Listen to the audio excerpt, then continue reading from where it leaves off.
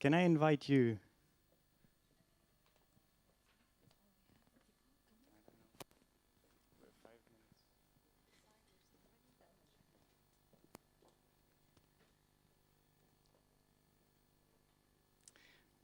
We were privileged to get one of IFAD's bigger rooms, so it might feel we are few, but that doesn't mean that we cannot have an interesting discussion. I'm happy to welcome you all to this afternoon's event about the Technical Assistance Facility, which tries to bridge the gap between private equity investments in Africa and small producers. When I came to IFAD a year and a half ago, I thought that's a very interesting project. I'm actually happy to be part of it because private equity investments are happening, whether we like it or not, all across Africa, and donors are doing work with smallholders and the rural poor. And the Technical Assistance Facility is actually one mechanism that tries to link both of these and make them more pro-poor. I also want to welcome the external participants. We have this event web streamed since there is a lot of TAF stakeholders involved who are not able to come to Rome today, so they might follow our discussion online. Welcome. This also implies that whenever you speak, I would ask you to use the microphones so they can hear your questions. We will have, the idea of this event is to mainly exchange knowledge about the Technical Assistance Facility. So we will have 4 distinguished panelists to present what the Technical Assistance Facility is. I will come to that in a moment. And then we have time for you to raise, to ask questions, to comment, to raise your thoughts on this. We will have about 45 minutes of time for the panel and then the rest for us. Let me start with introducing, and then right away everybody can make his presentation. We will first hear Adoflo Brizzi, who is the director of the Policy and Technical Advisory Unit here in IFAD, who will talk a bit more about the broader picture of the TAF within IFAD's program to engage with the private sector. Next to him is Mylène Kherallah, who is a lead technical specialist in PTA and the manager of the TAF, and has been engaged since its inception. We then hear from Sarah Marchand from TechnoServe, who is implementing the TAF from Johannesburg in South Africa. She will present a bit about the progress of TAF and some projects and give you some details on that. And then last but not least, we have Rodrigo Iglesias-Daveggio from Europe Aid, from DEFCO, the European Commission in Brussels, who will talk a bit from a donor's perspective on the TAF and its significance for the European Commission. Thank you for coming.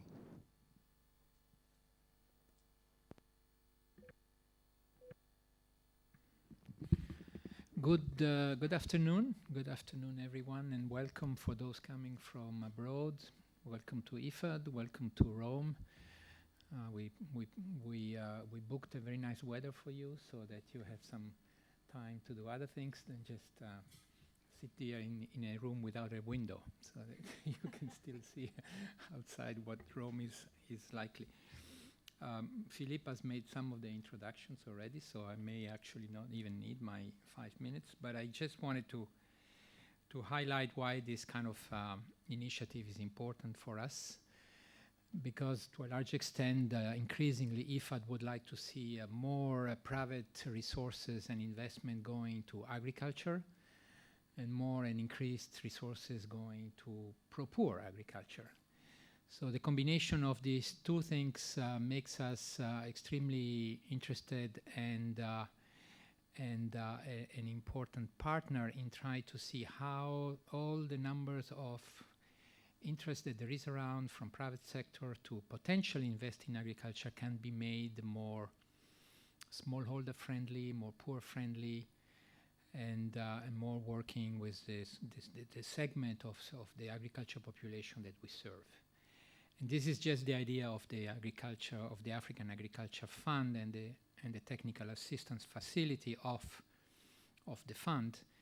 that we are implementing with TechnoServe that we would like to illustrate, because if we manage to show that there is potential for really making this investment smarter in a way that they can link up with our clientele in a better way, there is a very vast potential for expanding these approaches to other funds, because there are many equity funds and debt funds around. This is just one. In fact, we already see some applications and some other applications of this in other initiatives, including with the European Union, that we have recently managed to bring to fruition, particularly in Uganda with the SME fund, also an equity fund that we manage for the European Union. So potentially there is a lot of trickle-down effect that this type of joint ventures could provide, both for us, for the donors, and for the client that we serve.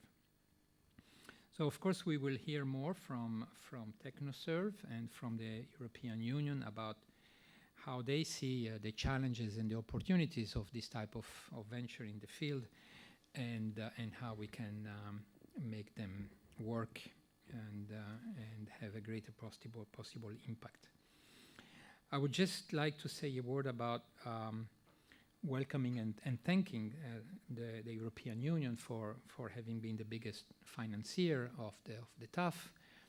They have contributed to this to the tune of 10 million euro, and this has been going on now for a couple of years, right, for 2 or 3 years. And the fund itself has been financed by a number of contributors, including the Agence Française de Développement, which is not here, I think, but I would like to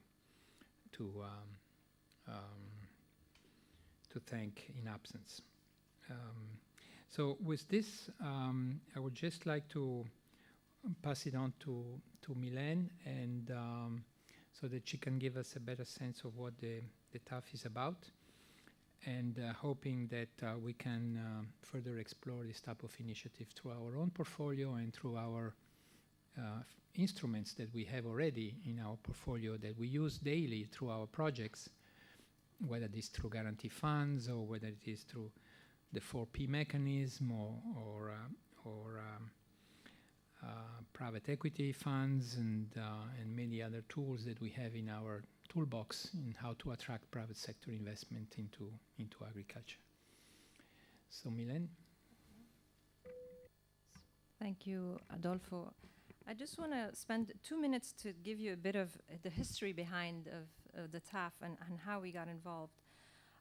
Following the food price crisis of 2009, IFD was very keen to increase the investments in the agricultural sector, as many other donors had kind of woken up after the food price crisis and the realization that we had not invested enough in agriculture. And they were really behind the idea of the Africa Agriculture Fund.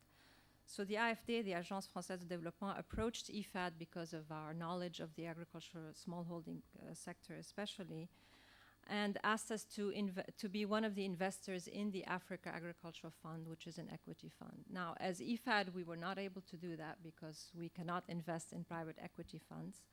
But we were very interested to be associated with that fund because we thought there could be a lot of development impact from it. And we came up with the idea of this technical assistance facility. And so we prepared a proposal to support the Africa Agriculture Fund through this technical assistance facility, and we approached donors such as the EU and others. And we raised 10 million euro from the EU, and so we have been now in this fund, started in 2011. We have been managing this fund together with some of our other stakeholders, such as other donors are the Unido, Agra, and Italian Cooperation. And we looked for an implementing agency because obviously we could not ourselves implement these kinds of programs, and we did a request for proposals with terms of references, and TechnoServe was selected competitively to implement the program. So TechnoServe sits in Johannesburg together with the AAF fund manager, Fatisa, and so they work hand in hand with the AAF fund. Now, I don't want to speak anymore because we have a really nice video that we want to show you that summarizes the TAF. Apparently, if I do this, the video will appear, but I don't know if that's true. Let me test that.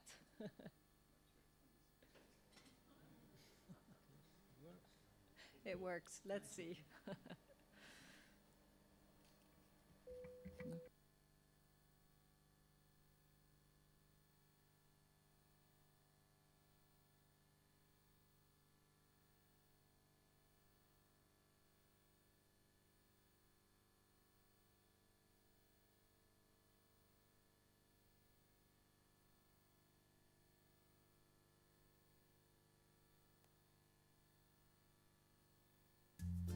Following the food price crisis in 2008, a pool of European and African development finance institutions formed the African Agriculture Fund, a private equity fund to invest in Africa's food production and agricultural industries. AAF raised about $250 million and created a sub-fund dedicated to investing in small and medium enterprises, the SME Fund. AAF is managed by Patisa, an Africa-based private equity fund manager, while the AAF SME Fund is managed by DataBank Agri-Fund managers with offices in Ghana and South Africa. In 2011, the International Fund for Agricultural Development, IFAD, an international IFI and UN member organization based in Rome, led the creation of a technical assistance facility, TAF, to support AAF. TAF raised €10.4 million. The bulk of this funding came from the European Commission, but with contributions from UNIDO, AGRA, and the Italian Development Cooperation as well. TAF is managed by IFAD and is implemented by the international not-for-profit organization TechnoServe. The TechnoServe TAF team is based in South Africa. The purpose of this facility is to provide technical assistance to agri- and food-related businesses that receive investment through AAF, allowing them to create new opportunities for smallholder farmers, micro-entrepreneurs, and rural communities. As of early 2015, TAF is working with 10 portfolio companies in 10 different countries. TAF has a diversified portfolio of projects, including 6 smallholder support projects, 2 agro-dealer capacity building schemes, 2 bottom-of-the-pyramid distribution initiatives, and 12 SME business development service projects. As their first investment in September 2011, AAF invested over $10 million in Goldtree, a palm oil processing company in Sierra Leone. The company has rehabilitated an old palm oil mill that now buys the vast majority of its fruit from smallholder farmers. TAF has educated nearly 7,000 of these farmers on best practices in oil palm cultivation and harvesting, and has organized farmers into 133 community associations. The leaders of these associations are grouped into an Oil Palm Growers Association, which now meets with the company to discuss key issues such as pricing. Since the initial investment, Goldtree has provided 6,500 high-quality seedlings to outgrowers for replanting. Their goal is to purchase more than 20,000 tons of fruit from outgrowers by 2020. In 2013, the AAF SME Fund invested $2.8 million from the SME component into GuanoMad, a company that mines guano, fat droppings, and manufactures it into different types of fertilizer. TAF is working with GuanoMad to increase the number of smallholders who use fertilizer. This is a long-term strategy to improve the quality of degraded soils in Madagascar.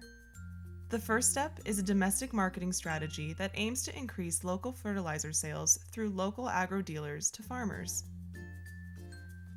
To accomplish this, TAF is working with the company to develop new sales incentives and distribution mechanisms.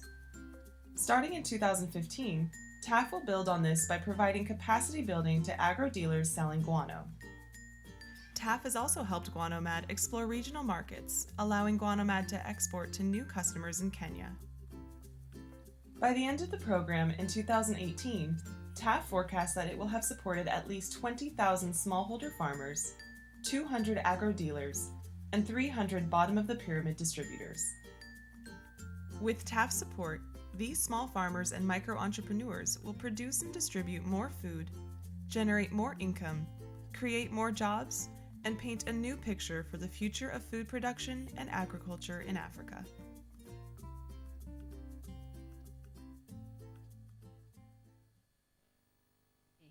Okay, thank you very much. So I give the floor now to Sarah, who's going to talk a bit more about TAF itself.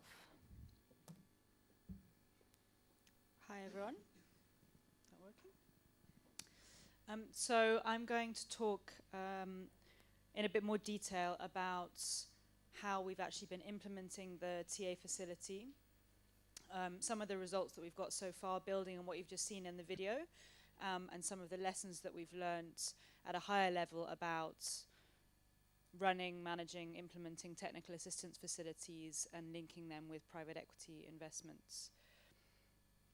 Before I go into the technical assistance facility itself, I'll just say a few words to build on the video in terms of the African Agriculture Fund, and then also a few words to tell you how the TA facility works in a bit more detail, and then, as I mentioned, results and some lessons learned.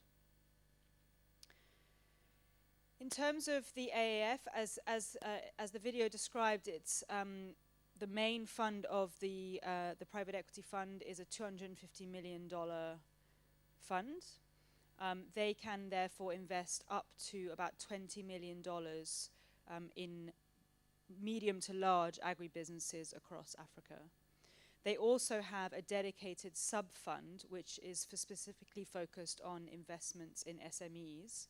So the investments in the SMEs are up to $4 million and can be as little as a couple of $100,000 at a time. And that SME sub-fund is predominantly invested in by the main fund itself, but also has a small amount of external additional funding. So there was 30 million from the AAF itself, and then another 6 came from outside, taking it to a total of 36 million. Both of the funds are focused on investments in food, the food value chain, food and agriculture. They can invest in primary agriculture, but they can also invest in processing, agri-processing, or further down the value chain in retail, even retail businesses as well. They can also invest more broadly in the value chain in terms of input providers, logistics companies, transport providers, anything that is linked to the production or distribution of food in Africa.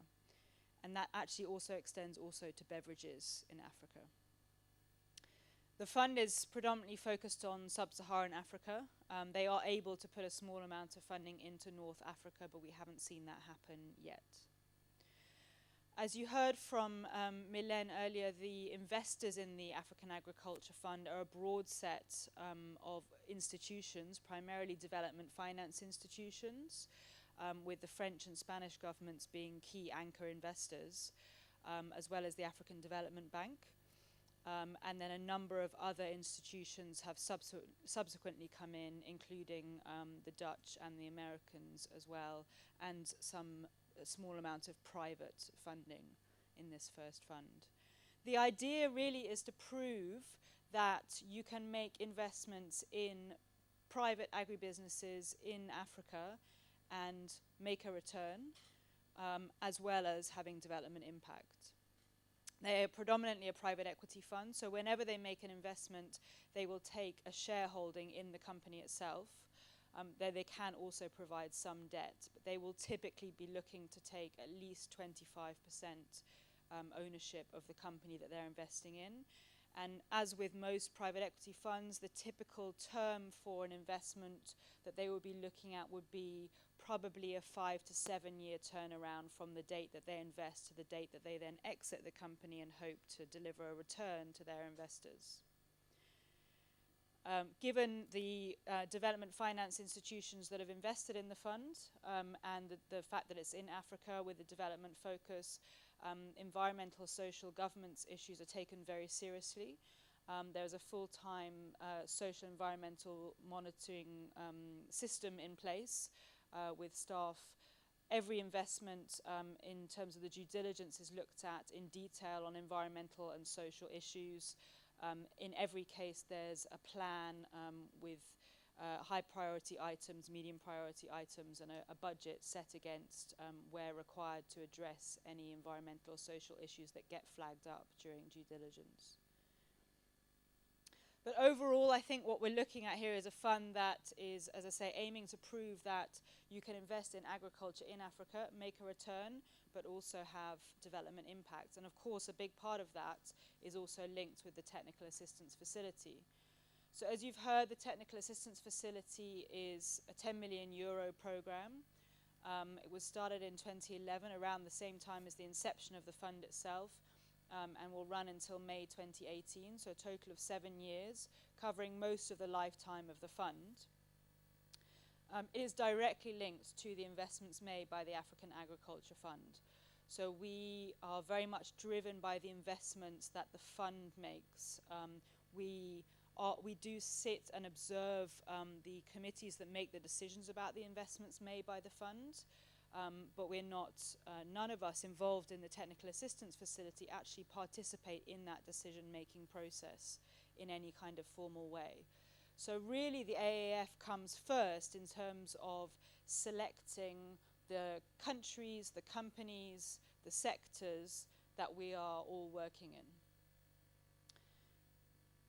I think you've heard about sort of the key stakeholders in the technical assistance facility, but I think it's worth saying that the technical assistance facility goal, which is in line with all of the stakeholder institutions' objectives, is really ultimately to increase food security.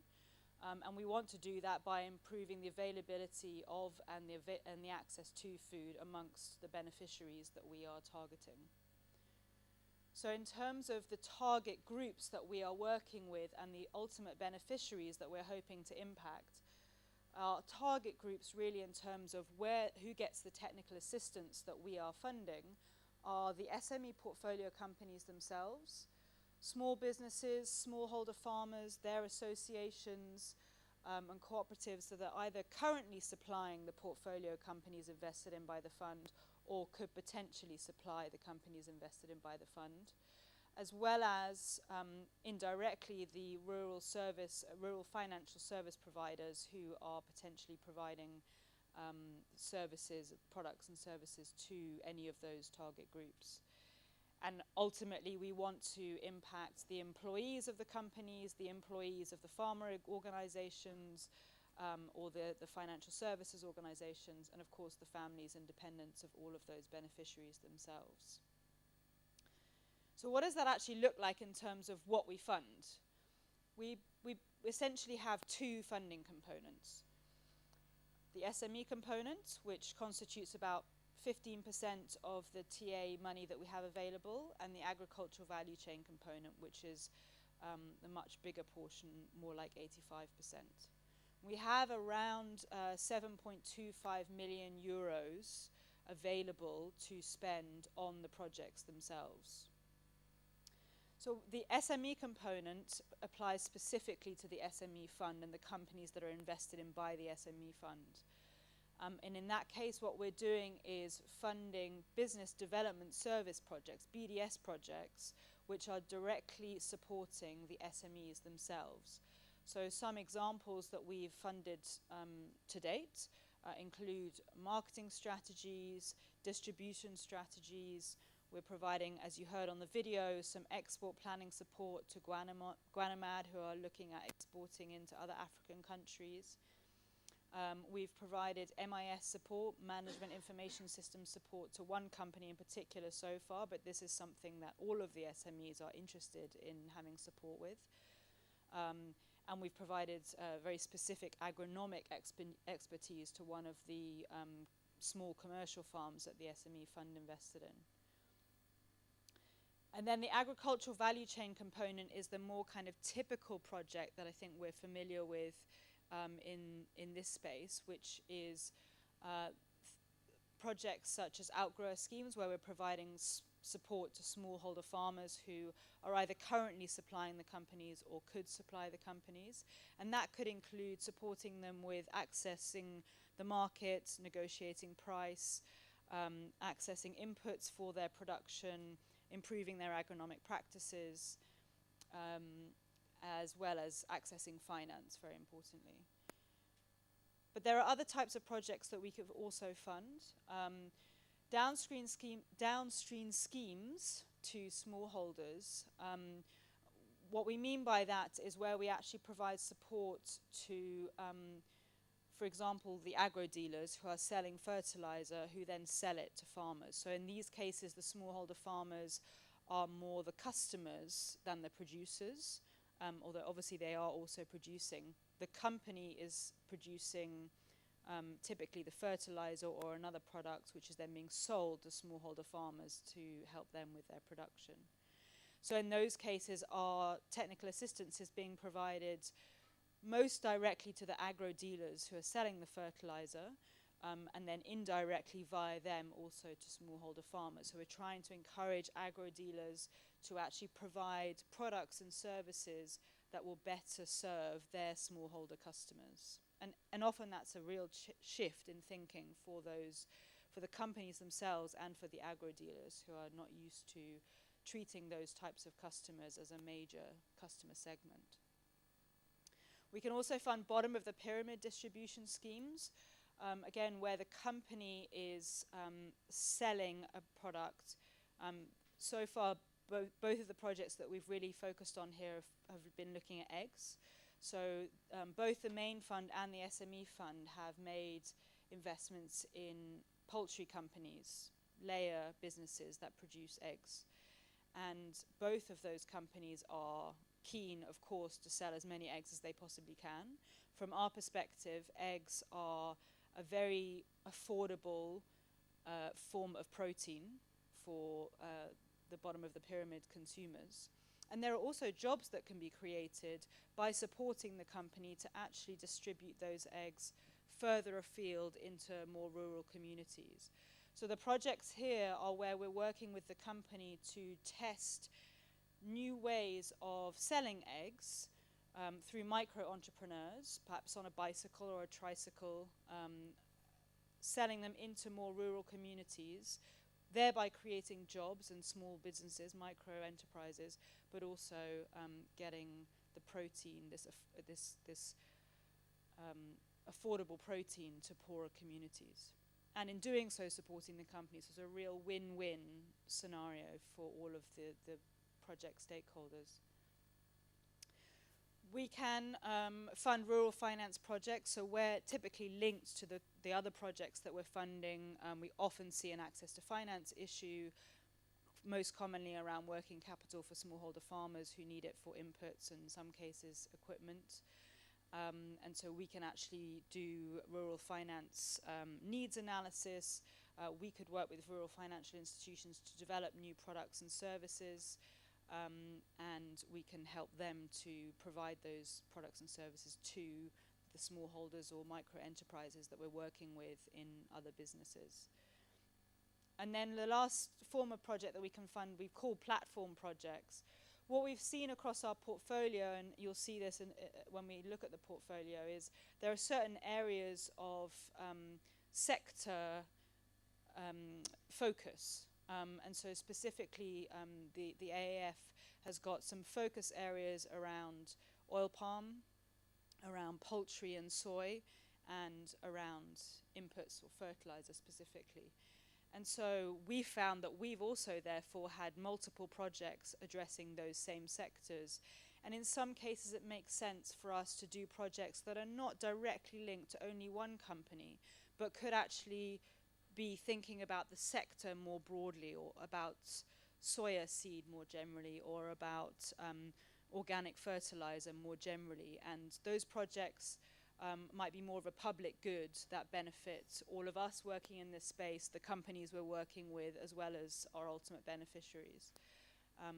So we're looking at doing some somewhat more research-oriented projects to help us, all of us in the development community, to design these projects and maximize the impact we can have. Just a quick word on how TAF works, if I may. What we do as TechnoServe is we go out to the companies, we have a look at what those businesses are doing, to what extent they're already working with smallholder farmers, bottom of the pyramid micro-enterprises, and what potential there could be to either scale that up or start it from afresh if they're not doing anything already. And on the SME side, we talk very much with the companies about what their needs for support are in terms of delivering on their growth strategy. And we then compile a set of recommendations on which projects we believe we should fund. We design those projects, we do the scope of work, we put the budget against it, and with our committee of donors and the IFAD as the manager, we make decisions about which projects we should fund. We actually then go through a competitive tender process on each project to identify and select a service provider who will actually implement these projects in the field directly. And as TechnoServe, we then oversee those projects and help them to execute and deliver results. So even we are passing on the direct implementation to a set of service providers who we work very closely with and oversee. And one of the things that's come out of TAF as a result of that is a database of over 200 service providers across Africa who are working in this space. And that's an incredibly valuable tool that, if you like, has come as a byproduct of this TA facility. It consists of non-profit organizations, individual consultants, some for-profit consultancies, more on the SME side, a mixture of international and local. So it's quite a useful tool. This slide is just designed to show you, I don't expect you to be able to see the details, or you might be able to see some of it on your screen in front of you. We recently went through somewhat of an M&E review with a firm in South Africa, which really helped us to crystallize the theory of change that we have as the TA facility and how what we're doing ultimately contributes to food security. These, if you haven't seen them before, are called results chains. They show kind of the flow of logic right through from the activities that you're doing right through to the actual impact that you're having on the ultimate beneficiaries. Essentially, you can see each of the columns, if you like, the columns in grey, are different types of projects that we might fund. So on the left is the BDS, the SME component, farmer organisation interventions, and then agro-dealer and distributor interventions. And so this really tracks exactly how each of those different type of projects leads to either increasing the availability of food in local communities or increasing incomes at the beneficiary level, which then increases access to food and all ultimately contributes to food security. And this has been quite important for all of us in the TAF to align around what are we doing and why are we doing it and how are we ultimately having an impact on the food security that we wanted to impact when we designed the TAF in the first place. So what have we done so far? At a very high level, so far we've designed 42 projects. You can see a breakdown on the slide of what that looks like across the two different components we've talked about, how those are spread out geographically, and the status of those projects today. Those 42 projects account for 5.8 million euros of funding. You can see that most of them are in the ABC component, and the same is true in terms of the amount of money. So of the 5.8, about 5 million of it is ABC projects. Those ABC projects, by their very nature, tend to be more larger, multi-year projects, more complicated, working with smallholder farmers, and therefore have bigger budgets than the BDS projects in the SME component, which are typically more like 3, 6, maybe 12 months consultancies. In terms of our geographical spread, we've got quite a sort of strong set of projects in Southern Africa and Western Central Africa, a very small portfolio in East Africa, which is basically in Ethiopia. And that's really driven by the funds, because that's where their investments have been. And certainly that's where their investments that have relevance for TAF have been. So as I mentioned earlier, the AAF precedes us in terms of selecting countries and companies and sectors. And so we are driven by where they make their investments. And that's how that's fallen out. But not every company that they invest in has an interesting project for TAF or potential for a TAF project, and not all of them necessarily want TAF projects. And in certain cases, vice versa, we have chosen as the TA facility not to work with some of those companies if there aren't projects that make sense because they don't have the right impact that we want to have on food security. You can see that a number of the projects have ended up being dropped, and that's for a variety of reasons. In some cases, we design projects and ultimately the deal with the African Agriculture Fund didn't take place for various reasons. We've had a couple of projects where the committee has not approved them. And in some cases we design projects but we can't get the company on board with the idea of it, or we can't convince them to put in the match funding that we would require to actually do the project. But so far we've completed 10 projects. We've got 11 projects ongoing at the moment and another 10 or so in the pipeline. So we're pretty busy. We've got active projects right now in 8 countries. And you can see from the slide that they are quite spread out geographically. And they're also quite varied in terms of the sectors that we're looking at. Referencing the platforms, again, you can see there's the oil palm there in Sierra Leone, and in fact the main fund has another investment in DRC in a company called Feronia, which is also oil palm, which we've had a look at but are not actively working with right now. We've got in Malawi, South Africa and Madagascar fertilizer companies, so there's a real cluster where we're developing expertise around fertilizer, and those are interesting because they're all different types of fertilizer businesses. We've got an organic fertilizer business in Madagascar. We've got in South Africa a company producing an integrated fertilizer which is using chicken manure but mixing it with some minerals. And then in Malawi, a more pure mineral fertilizer which is being blended locally. And then we've got the egg companies, Golden Lay in Zambia, and there's another one in Burkina Faso, which again we're not actively working with right now. In terms of our results so far, we've been out and scoped 19 companies, and so far we've supported over the period of the project 12 companies. As I mentioned, we're working actively with 8 right now, but over time that's been 12. And we've designed 42 projects. Looking on the right in terms of where do we think we'll get to against those same indicators, we expect there to be a few more investments by the main fund. So I'd say we may well scope another 3 companies, but not more than that, and possibly less than that. We'll probably end up supporting a maximum of 14 companies over time. And I think we won't have more than 50 projects designed across all of those.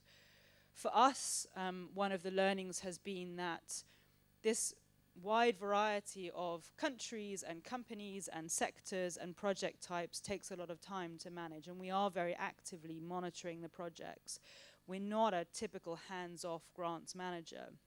We are very heavily involved in the day-to-day implementation almost of these projects because we sit with the fund managers. They have a vested interest in the companies delivering results and in the projects working. And so we are very actively engaged with the project managers on the ground, making sure that things are happening and results are coming through. And that all takes time. So we increasingly are talking about focusing our time and our effort and our resources on our strategic partnerships with a few of these companies where we can really see that you can get this good blend of the private equity investment and the development impact. Companies where the smallholder farmers are core to their business, and for them it's about maximizing their outgrower scheme, and they really need our help to do that. Less so other companies where it's more of a CSR project that makes a nice news article, but it's not part of their core business.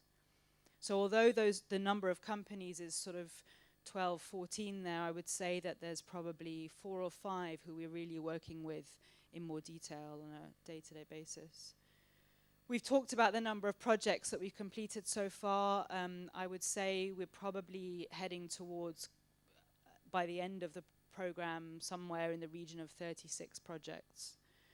What are the outcomes from those projects? At the moment, we are working with over 7,000 farmers, beneficiaries, linked to primarily 3 portfolio companies, and I'll talk about those in a little bit more detail now. But we've got a pipeline with 10 or so more projects already coming through that we're looking at more like 19,500, almost 20,000 farmers across our portfolio of projects. And that will be across probably 8 portfolio companies. So a lot more projects to come online. We've been supporting 4 SMEs so far. Our target is to support 7 SMEs by the end of the program. I think that the SME fund has invested in 8 companies, and we expect to certainly support 6, possibly 7, by the end of the program. And then in terms of the beneficiary outcomes, ultimately we're looking to increase productivity, increase production, and increase incomes. It's very early to measure some of this stuff because one of the things we'll talk about in the lessons learned is there is somewhat of a time lag between designing projects, tendering them, getting them going, and then seeing results. We all work in development. These things take time. These are not quick fixes. We've seen increases in yields on the 2 projects where we've been able to measure in the first season of close to 20%. Our target is more like 25%. So we expect to see that coming through in the fullness of time as farmers change behaviors over seasons. We can't really say much about incomes at the moment at the beneficiary level because we still need to go and do the farmer surveys. But we expect those to be up given that the yields are up. And we have no reason to believe from a pricing point of view that anything has changed there. On the SME side, our target is to increase SME revenues that we're working with by 50%. We've only got 1 company that we've been supporting for long enough that we can really track how that's changed, but so far they've seen a 41% increase.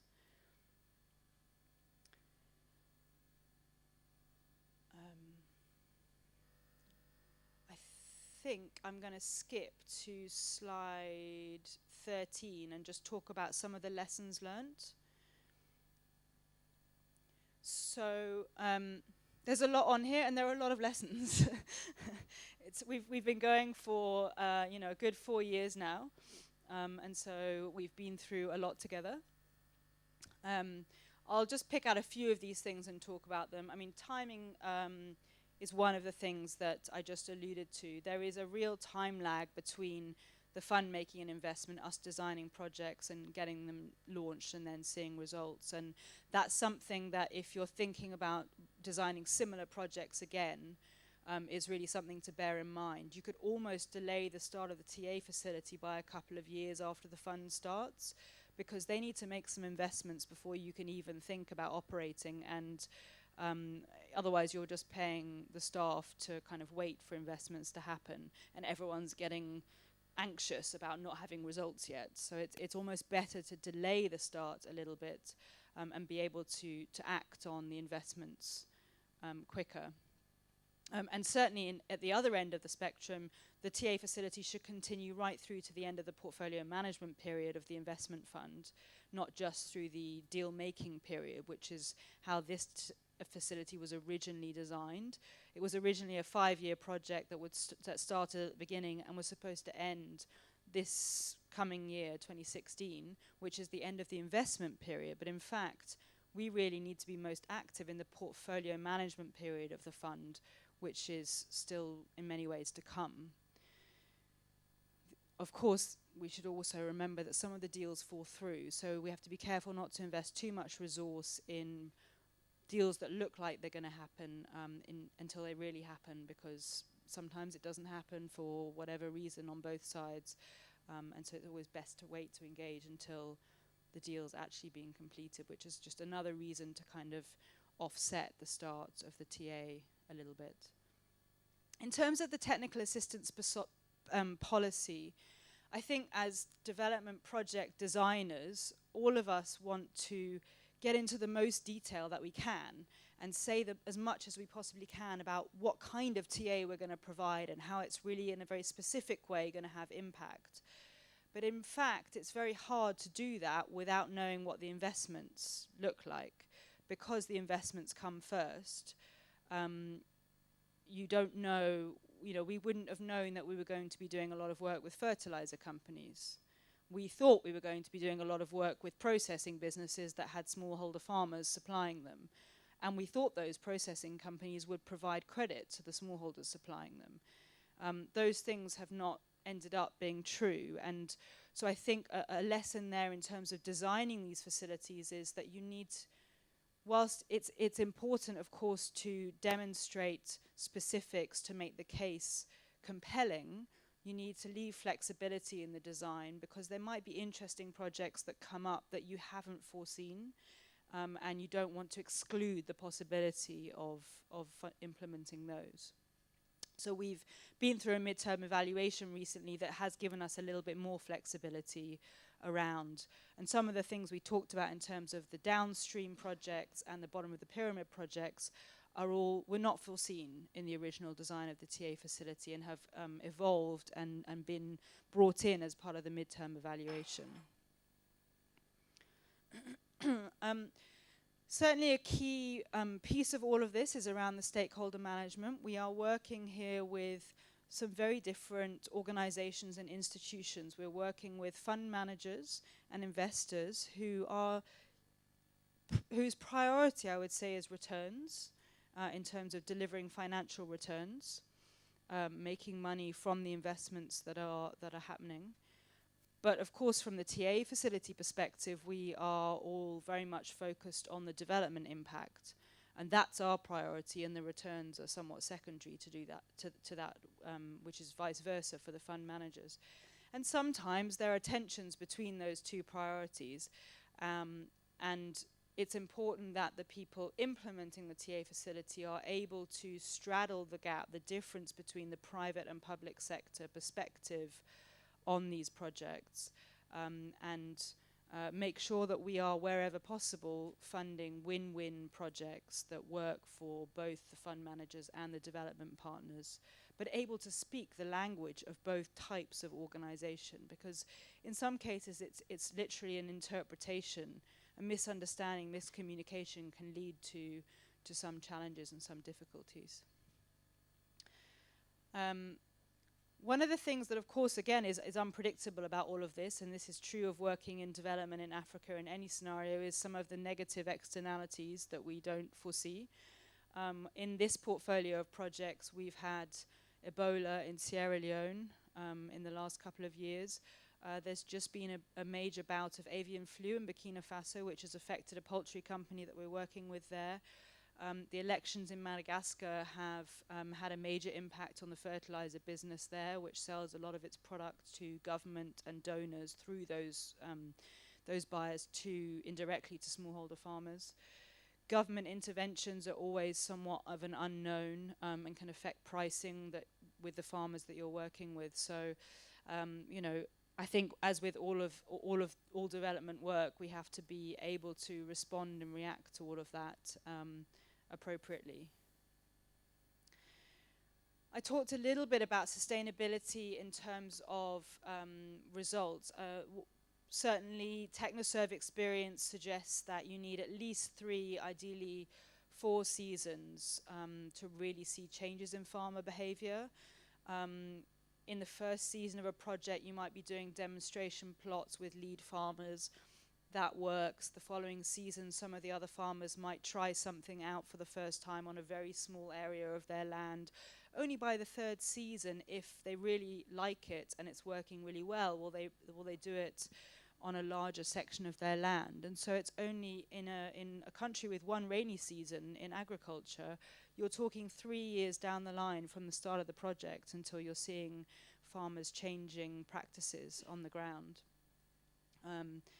So you need time for all of that to happen. And talking about kind of differences in perspectives, that's something that the fund managers don't always understand, because they, unlike us, don't work in development where that's sort of our day-to-day experience.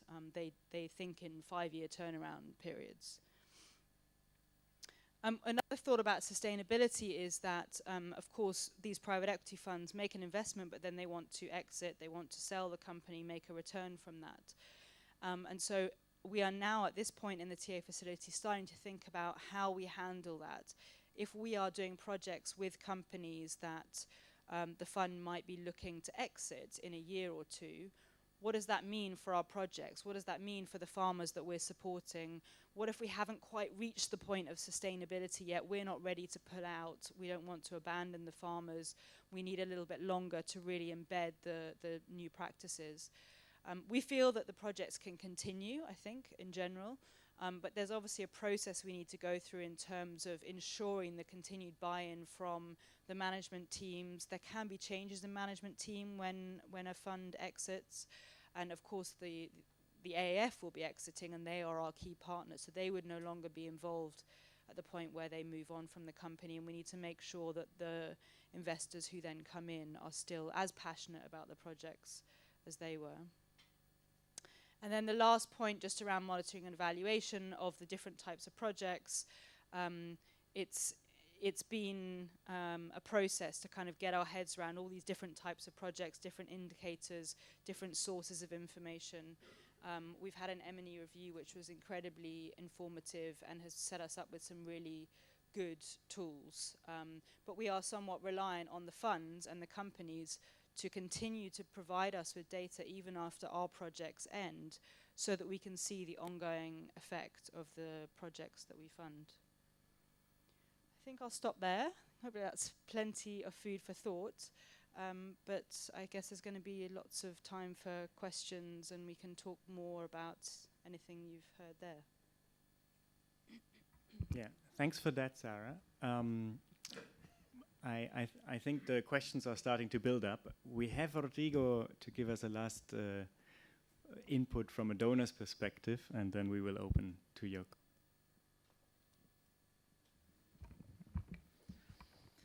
Yeah, thank you, Philip.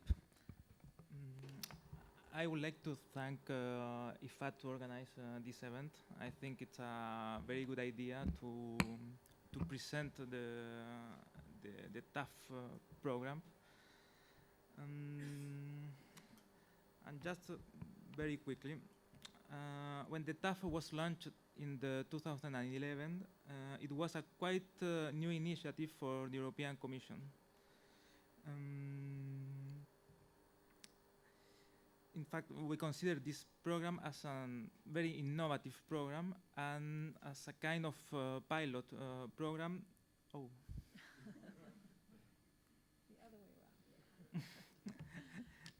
That allow us to learn lessons about its design and implementation. So I would like just to highlight which we consider as the main lessons learned until now. First of all, we think that it is important to clearly understand how the different projects funded by TAF impact the different value chains in which the program operates. So it's like a comprehensive view. So it's not only the project with the smallholder and with the company, but it's in the value chain at national level, which is the impact.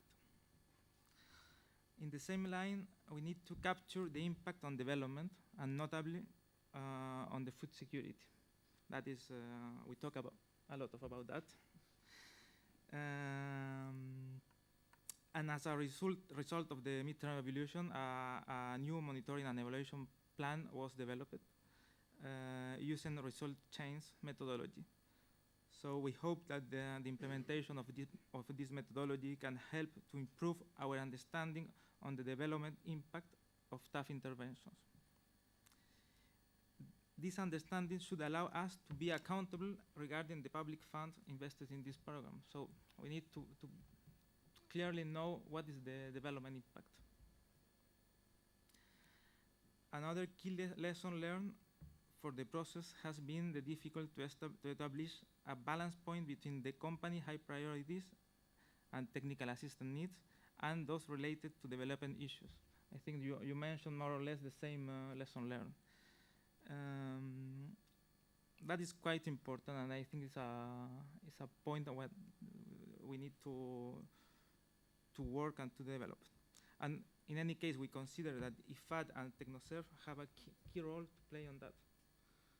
Mainly to facilitate the relationship between the final beneficiaries, small-scale farmers, micro-entrepreneurs, and the companies supported by the fund. And also to ensure that the projects funded by the TAF have a real positive impact in the final beneficiaries. And finally, I think it's clear that technical assistance is not enough to leverage financial access, especially in countries with weak financial systems. And some kind of direct financial support is also required, like smart subsidies or others. And just as a final remark, I would like to remember that after the midterm review carried out in 2013,